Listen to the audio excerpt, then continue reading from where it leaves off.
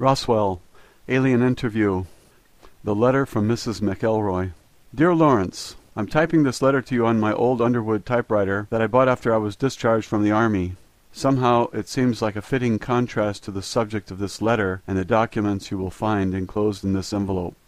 The last time I spoke to you was about 8 years ago. During your brief telephone interview with me, you asked me to assist you with the research for the Oz Factors book you were writing, because you suspected that I might know something that would help your investigation into the possibility that extraterrestrial beings may have influenced the history of Earth. When we spoke, I told you that I did not have any information that I could share with you about anything. Since then, I have read your book and found it very interesting and compelling. You are obviously a man who has done his homework and who could understand my experiences. I've been thinking a lot about your allusion to the old philosopher whom you paraphrased in our conversation, "With great power comes great responsibility." Although I didn't think power is pertinent in my life or to my reasons for sending you the enclosed documents, you certainly did get me thinking about my responsibility. I have reconsidered my position for a variety of reasons, not the least of which is my realization that you are right. I do have a responsibility to myself at least. I cannot possibly tell you all the personal hell of ethical irresolution and spiritual ambivalence I have endured since 1947. I do not want to keep playing the game of maybe I should have or maybe I shouldn't have through the rest of eternity. Many men have been killed to extinguish the possibility of revealing the knowledge I have helped to withhold from society until now. Only a small handful of people on earth have seen and heard what I have had the burden of keeping secret for 60 years. All those years I thought that I had been entrusted with a great deal of confidence by the powers that be in our government. Although I have often felt that power is greatly misguided to protect mankind from certain knowledge that not only do intelligent extraterrestrial life forms exist, but they have and continue to aggressively monitor and invade the lives of everyone on Earth every day. Therefore, I think the time has come to pass along my secret knowledge to someone I think will understand it. I don't think it would be responsible of me to take the knowledge I have into the silent afterlife beyond reach of recognition. I think there is a greater good to be served than protecting the vested interests for whom this information is considered a matter of national security, whatever that means, and therefore justification for making it top secret. Also, I am now 83 years old. I have decided to leave this body, which has outlasted its usefulness to me, using a painless method of self-administered euthanasia. I have very few months to live and nothing to fear or lose. So I have moved away from Montana, where my husband and I lived for most of our life, to spend our remaining days in a lovely rented upstairs bedroom in a house in the homeland of my husband's family in County Meath, Ireland.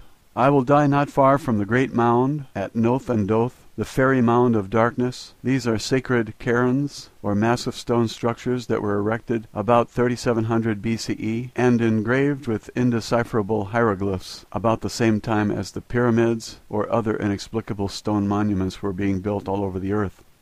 I am also not far from the hill of Tara, that was once the ancient seat of power in Ireland, where 142 kings are said to have reigned in prehistoric and historic times. In ancient Irish religion and mythology, this was the sacred place of dwelling for the gods and was the entrance to the other world.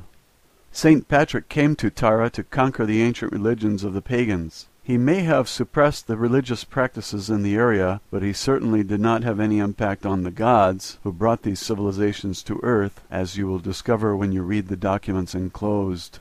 Therefore, this is a fitting location for my departure from this unholy world and final release from the burdens of this life. The crystal clear perspective of hindsight has revealed a higher purpose to me, assisting the survival of the planet, all living beings and life forms in our galaxy.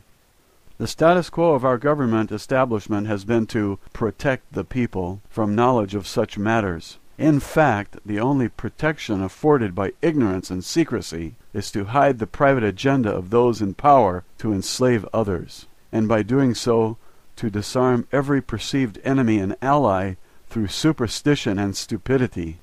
Therefore, I have enclosed the original and only existing copies of my personal notes and reflections on a matter which I have kept hidden from everyone, even my own family. I have also enclosed my copies of typed transcripts created by the stenographer who transcribed all of my interviews with the alien saucer pilot after each interview was finished. I do not have any copies of the tape recordings that were made of my interview reports. No one until now knows that I was able to secretly retain copies of the official interview transcripts. Now I'm entrusting these documents to your discretion to impart to the world in any form or manner you see fit. My only request is that you do so in a way that will not threaten your life or well-being, if possible. If you were to incorporate these notes of my experiences into a work of fiction, such as a novel, the factual nature of the material could be easily dismissed or discredited by any agency for whom the national security is used as a personal shield against scrutiny and justice. In doing so, you could disavow any knowledge of their true origin and claim that it is a fictitious work of your imagination. Whoever said that truth is stranger than fiction was right as rain. For most people, all of this will be unbelievable. Unfortunately, beliefs are not a reliable criteria for reality. Also, I'm sure that if you were to show these notes to anyone that would prefer physical, economic, or spiritual slavery over freedom, the subject matter contained in them would seem quite objectionable. If you attempted to publish the documents as a matter of factual reporting in a newspaper or on the evening TV news, they would be rejected out of hand as the work of a kook. The very nature of these documents make them unbelievable and therefore discreditable. Conversely, the release of this information is potentially catastrophic for certain political, religious, and economic vested interests. These documents contain information which is quite relevant to your interest and investigations into alien encounters and paranormal experience. To use your analogy in the Oz Factors book, I can honestly say that the few factual reports that have been made by others about alien influences are only a gentle breeze in the eye of the apocalyptic hurricane swirling around Earth. There really are wizards and wicked witches and flying monkeys in this universe. This information, which has been suspected and or speculated upon by so many for so long, has been constantly denied by mainstream media, academia, and the military-industrial complex that President Eisenhower warned us about in his farewell address.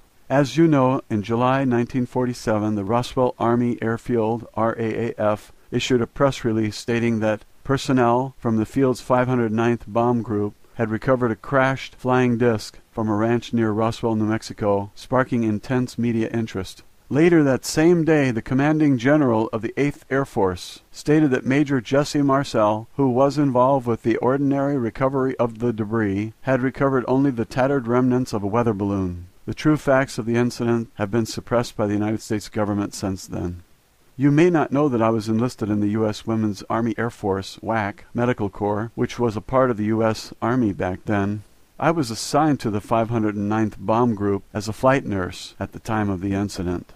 When the news that there had been a crash was received at the base, I was asked to accompany Mr. Cavett, the county intelligence officer, to the crash site as the driver of his vehicle and to render any needed emergency medical assistance to any survivors, if necessary.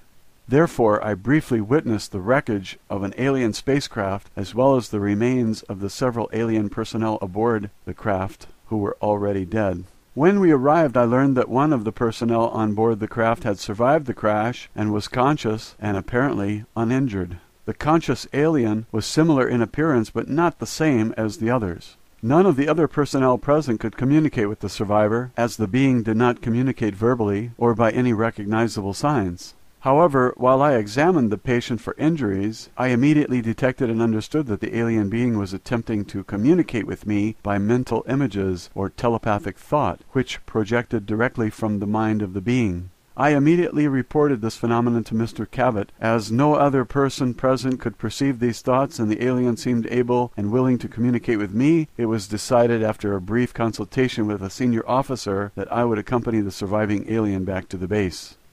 This was partly due to the fact that I was a nurse and could attend to the physical needs of the alien, as well as serve as a non-threatening communicator and companion. After all, I was the only woman at the site and the only one who was not armed. I was thereafter assigned permanently to serve as a companion of the alien at all times. My duty was to communicate with and interview the alien and to make a complete report of all that I had discovered to command authorities. Subsequently, I was supplied with specific lists of questions provided to me by military and non-military personnel, which I was to interpret for the alien and record the responses to the questions provided. I also accompanied the alien at times during medical testing and the many other examinations to which the alien was subjected by staff from numerous government agencies. I was given a promotion in rank to Senior Master Sergeant to improve my security rating and to increase my pay grade from $54 a month to $138 per month for this very unusual assignment. I performed these duties from July 7 through August 1947, at which time the alien died or departed the body, as you will read about in my notes. Although I was never left entirely alone with the alien, as there were always military personnel, intelligence agency people, and a variety of other officials present from time to time, I did have uninterrupted access to and communication with the alien being for nearly 6 weeks. Hereinafter is an overview and summary of my personal recollections of conversations with the alien craft pilot, whom I came to know by the identity of Errol. I feel that it is my duty at this time, in the best interest of the citizens of Earth, to reveal what I have learned from my interaction with Errol during those 6 weeks, on the anniversary of her death or departure 60 years ago. Although I served as a nurse in the Army Air Force, I am not a pilot or technician. Further, I did not have any direct contact with the spacecraft or other materials recovered from the crash site at that time or thereafter. To that degree, it must be taken into consideration that my understanding of the communications I had with Errol are based on my own subjective ability to interpret the meaning of the thoughts and mental images I was able to perceive. Our communication did not consist of spoken language in the conventional sense. Indeed, the body of the alien had no mouth through which to speak. Our communication was by telepathy. At first I could not understand Errol very clearly. I could perceive images, emotions, and impressions, but it was difficult for me to express these verbally. Once Errol learned the English language, she was able to focus her thoughts more precisely using symbols and meanings of words I could understand. Learning the English language was done as a favor to me. It was more for my own benefit than hers. By the end of our interview sessions, and increasingly since then, I have become more comfortable with telepathic communication. I have become more adept at understanding Errol's thoughts as though they are my own. Somehow her thoughts became my thoughts. Her emotions are my emotions. However, this is limited by her willingness and intention to share her own personal universe with me. She is able to be selective about what communication I am allowed to receive from her. Likewise, her experience, training, education, relationships, and purposes are uniquely her own. This is the symbol of the domain.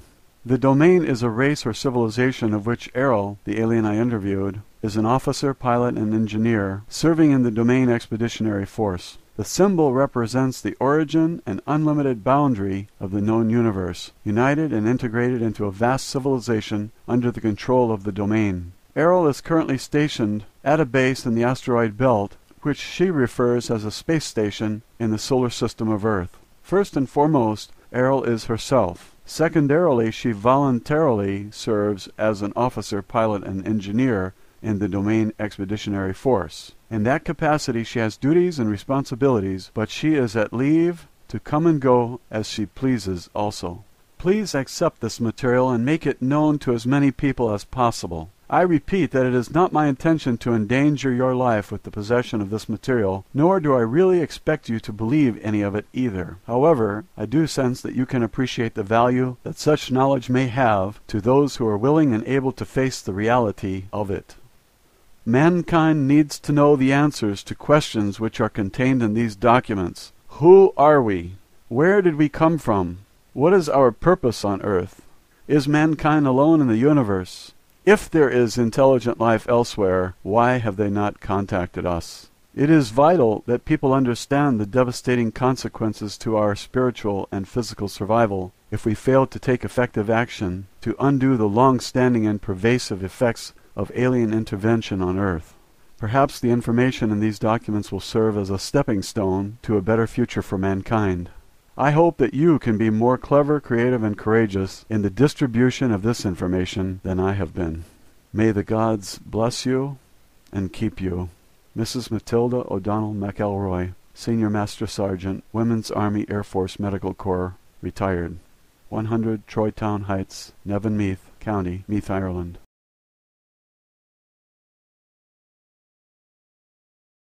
Chapter 1. My first interview with the alien. Matilda O'Donnell McElroy personal note. By the time the alien had been returned to the base, I had already spent several hours with her. As I mentioned, Mr. Cavett told me to stay with the alien since I was the only person among us who could understand her communication. I could not understand my ability to communicate with the being. I had never before that time experienced telepathic communication with anyone. The non-verbal communication I experienced was like the understanding you might have when a child or dog is trying to get you to understand something, but much, much more direct and powerful. Even though there were no words spoken or signs made, the intention of the thoughts were unmistakable to me. I realized later that although I received the thought, I did not necessarily interpret its meaning exactly. I think that the alien being was not willing to discuss technical matters due to the nature of her position as an officer and pilot with the duty to maintain the security and confidentiality required by her own unit or organization. Any soldier who is captured by the enemy in the line of duty has a responsibility to withhold vital information, even in the face of interrogation or torture, of course. But in spite of that, I have always felt that the alien being was not really trying to hide anything from me. I just never got that feeling. Her communication always seemed honest and sincere to me, but I suppose you can never know for sure. I definitely feel that I shared a unique bond with the alien. It was a kind of trust or empathy that you have with a patient or a child. I think it was because the alien could understand that I was really interested in her and had no harmful intention. Nor would I allow any harm to come to her if I could prevent it. This was true too. I refer to the alien as her. Actually, the being was not sexual in any way, either physiologically or psychologically. She did have a rather strong feminine presence and demeanor. However, in terms of psychology, the being was asexual and had no internal or external reproductive organs. Her body was more like the body of a doll or robot. There were no internal organs as the body was not constructed of biological cells. It did have a kind of circuit system or electrical nervous system that ran throughout the body, but I could not understand how it worked. In stature and appearance, the body was quite short and petite, about 40 inches tall. The head was disproportionately large relative to arms, legs, and torso, which were thin. There were 3 fingers on each of 2 hands and feet, which were somewhat prehensile. The head had no operational nose or mouth or ears. I understand that a space officer does not need these, as space has no atmosphere to conduct sound. Therefore, sound-related sensory organs are not built into the body, nor does the body need to consume food, hence the absence of a mouth. The eyes were quite large. I was never able to determine the exact degree of visual acuity of which the eyes were capable, but I observed that her sense of sight must have been extremely acute. I think the lens of the eyes, which were very dark and opaque, may have also been able to detect waves or particles beyond the visual spectrum of light. I suspect that this may have included the full range of the electromagnetic spectrum, or more, but I don't know this for sure. When the being looked at me, her gaze seemed to penetrate right through me, as though she had X-ray vision. I found this a little embarrassing at first, until I realized she had no sexual intentions. In fact, I don't even think she ever even had the thought that I was male or female. It became very obvious after a short time with the being that her body did not require oxygen, food, or water, or any other external source of nutrition or energy. As I learned later, this being supplied her own energy, which animated and operated the body. It seemed a little bit eerie at first, but I got used to the idea. It's really a very simple body. There's not much to it compared to our own bodies. Errol explained to me that it was not mechanical, like a robot, nor was it biological. It is animated directly by her as a spiritual being. Technically, from a medical standpoint, I would not say that Errol's body could not be called alive. Her dull body is not a biological life form, with cells and so forth. It had a smooth skin or covering which was gray in color. The body was highly tolerant to changes in temperature, atmospheric conditions, and pressure. The limbs were quite frail, without musculature. In space there is no gravity, so very little muscle strength is needed. The body was used almost entirely on a spacecraft or in low or no gravity environments. Since Earth has a heavy gravity, the body was not able to walk around very well, as the legs were not really suited to that purpose. The feet and hands were quite flexible and agile, however. Overnight before my first interview with the alien, the area had been transformed into a buzzing hive of activity. There were 12 men working on setting up lights and camera equipment. A motion picture camera and microphone and tape recorder was there, also set up in the interview room. I don't know why a microphone was needed, since there were no verbal communications possible with the alien. There was also a stenographer and several people busy typing on typewriters. I was informed that an expert foreign language interpreter and a code-breaking team had been flown to the base during the night to assist with my efforts to communicate with the alien. There were also several medical personnel, specialists in various fields, to examine the alien, and a professor of psychology was there to help formulate questions and interpret the answers.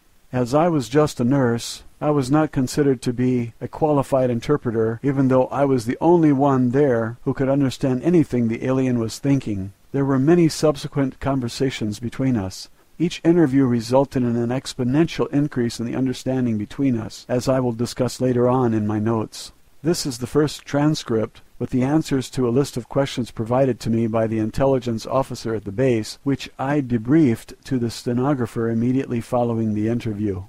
Official transcript of interview, top secret. Official transcript of the U.S. Army, Air Force Roswell Army Airfield, 509th Bomb Group. Subject, alien interview, July 9th, 1947. Question, are you injured? Answer, no.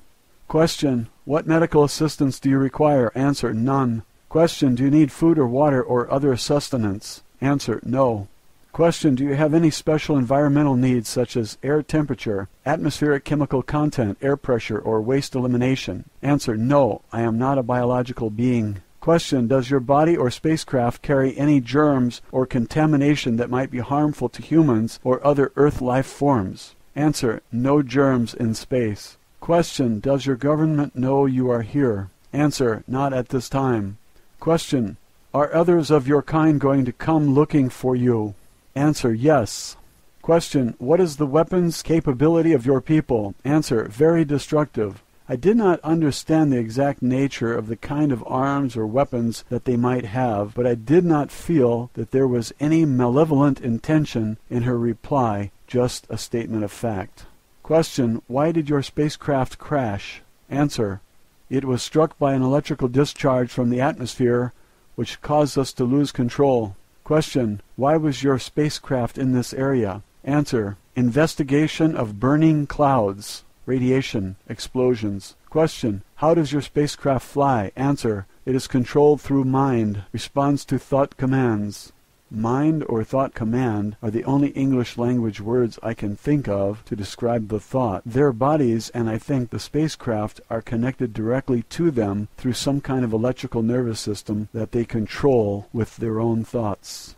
Question, how do your people communicate with each other? Answer, through mind, thought. The words mind and thought combined together are the closest English language words I can think of to describe the idea at this time. However, it is very obvious to me that they communicate directly from the mind, just as she is communicating with me. Question, do you have a written language or symbols for communication? Answer, yes. Question, what planet are you from? Answer, the home, birthplace world of the domain.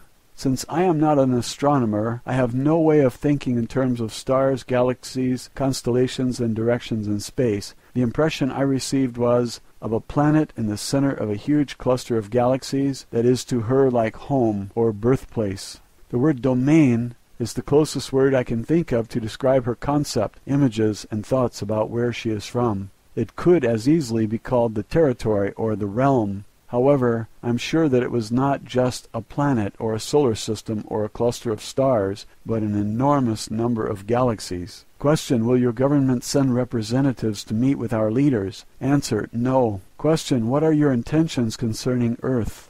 Answer, preserve, protect property of the domain. Question, what have you learned about Earth governments and military installations? Answer, poor, small, destroy planet. Question, why haven't your people made your existence known to the people of Earth? Answer, watch, observe, no contact. I got the impression that contact with people on Earth was not permitted, but I could not think of a word or idea that communicated the impression I got exactly. They are just observing us. Question: have your people visited Earth previously? Answer: periodic, repeating observations. Question: how long have you known about Earth? Answer: long before humans. I'm not sure if the word prehistoric would be more accurate, but it was definitely a very long period of time before human beings evolved. Question: what do you know about the history of civilization on Earth? Answer: small interest, attention, small time.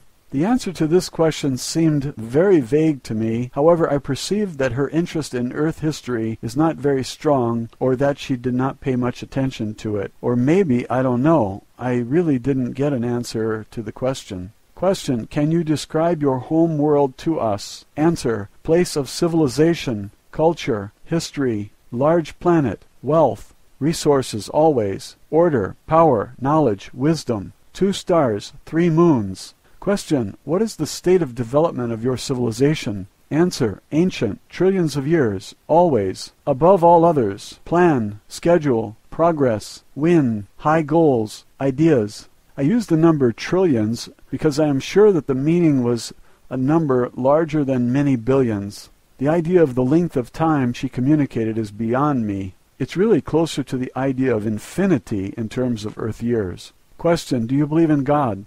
Answer: we think. It is. Make it continue. Always. I am sure that the alien being does not understand the concept of God or worship as we do. I assume that the people in her civilization were all atheists. My impression was that they think very highly of themselves and are very prideful indeed. Question: what type of society do you have? Answer: order, power, future always, control, grow. These are the closest words I can use to describe the idea she had about her own society or civilization. Her emotion when communicating her response to this question became very intense, very bright and emphatic. Her thought was filled with an emotion that gave me a feeling of jubilation or joy, but it made me very nervous also. Question: are there other intelligent life forms besides yourself in the universe? Answer: everywhere. We are greatest, highest of all. Due to her small stature, I'm sure that she did not mean tallest or biggest. Again, her prideful nature showed through in the feeling I received from her. Matilda O'Donnell McElroy, personal note. This was the conclusion of the first interview. When the answers to the first list of questions were typed and given to the people who were waiting for them, they were very excited that I was able to get the alien to say anything. However, after they finished reading my answers, they were disappointed that I could not understand more clearly. Now they had a lot of new questions because of the answers I received to the first list of questions. An officer told me to await further instructions. I waited several hours in the adjoining office. I was not allowed to continue my interview with the alien. However, I was always well treated and allowed to eat and sleep and use the restroom facilities whenever I wanted. Eventually, a new list of questions was written for me to ask the alien. I gathered that quite a few other agents, government and military officials had arrived at the base by this time. They told me that several other people would be in the room with me during the next interview, so they could prompt me to ask for more detail during the interview. However, when I attempted to conduct the interview with these people in the room, I received no thoughts, emotions, or any other perceptible communication from the alien. Nothing. The alien just sat in a chair without moving. We all left the interview room. The intelligence agent became very agitated about this. He accused me of lying or making up the answers to the first questions. I insisted that all my answers were honest and as accurate as I could make them. Later that day it was decided that several other people would attempt to ask questions of the alien. However, in spite of several attempts by different experts, no one else was ever able to get any communication at all from the alien. Over the next several days, a psychic research scientist from back east was flown to the base to interview the alien. Her name was Gertrude something or other. I don't remember the last name. On another occasion, an Indian clairvoyant named Krishnamurti came to the base to try to communicate with the alien. Neither one was successful at getting the alien to communicate anything. I was personally not able to communicate telepathically with either of these people either, although I did not think that Mr. Krishnamurti was a very kind and intelligent gentleman. Finally, it was decided that I should be left with the alien by myself to see if I could get any answers.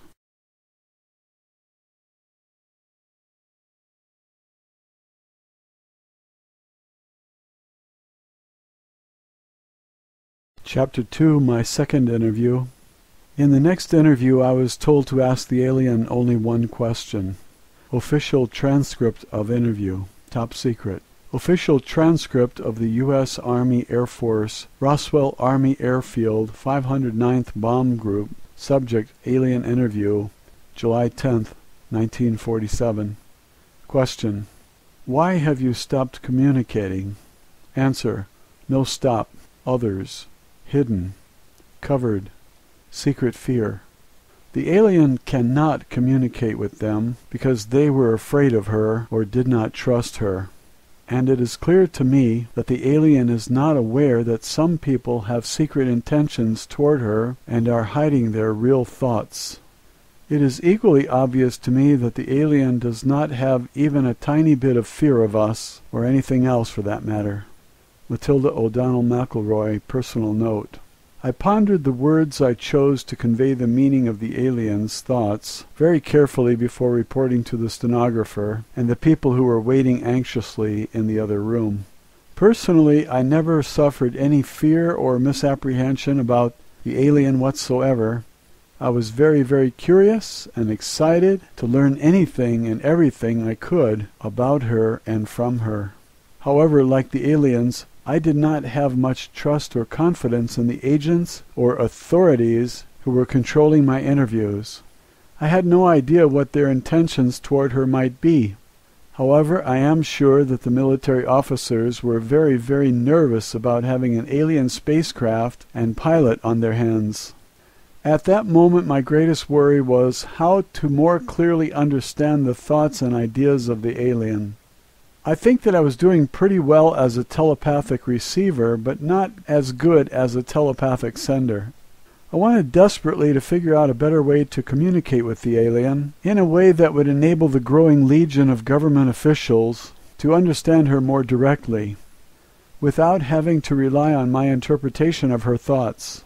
I did not feel very well qualified to act as an interpreter, yet I was the only person with whom the alien would communicate, so it was up to me to get the job done. I was also becoming acutely aware that this was probably the biggest news event in the history of the Earth, and that I should be proud to have had any part in it. Of course, by that time the entire incident had been officially denied in the press, and a cover-up of immense proportions by the military and the powers that be had already begun. However, I was beginning to feel the pressure of the responsibility for being the first person on Earth, as far as I knew, to communicate with an extraterrestrial life form. I think I know how Columbus must have felt when he discovered a new world the size of a continent on one small planet, but I was able to discover an entirely new unexplored universe. While I waited for my next instructions from my superiors, I went to my quarters under escort of several heavily armed MPs. Several other men dressed in black suits and ties accompanied me also. They were still there when I got up in the morning. After breakfast, which was brought to me in my own quarters, they escorted me back to the office at the base that was used for the interview.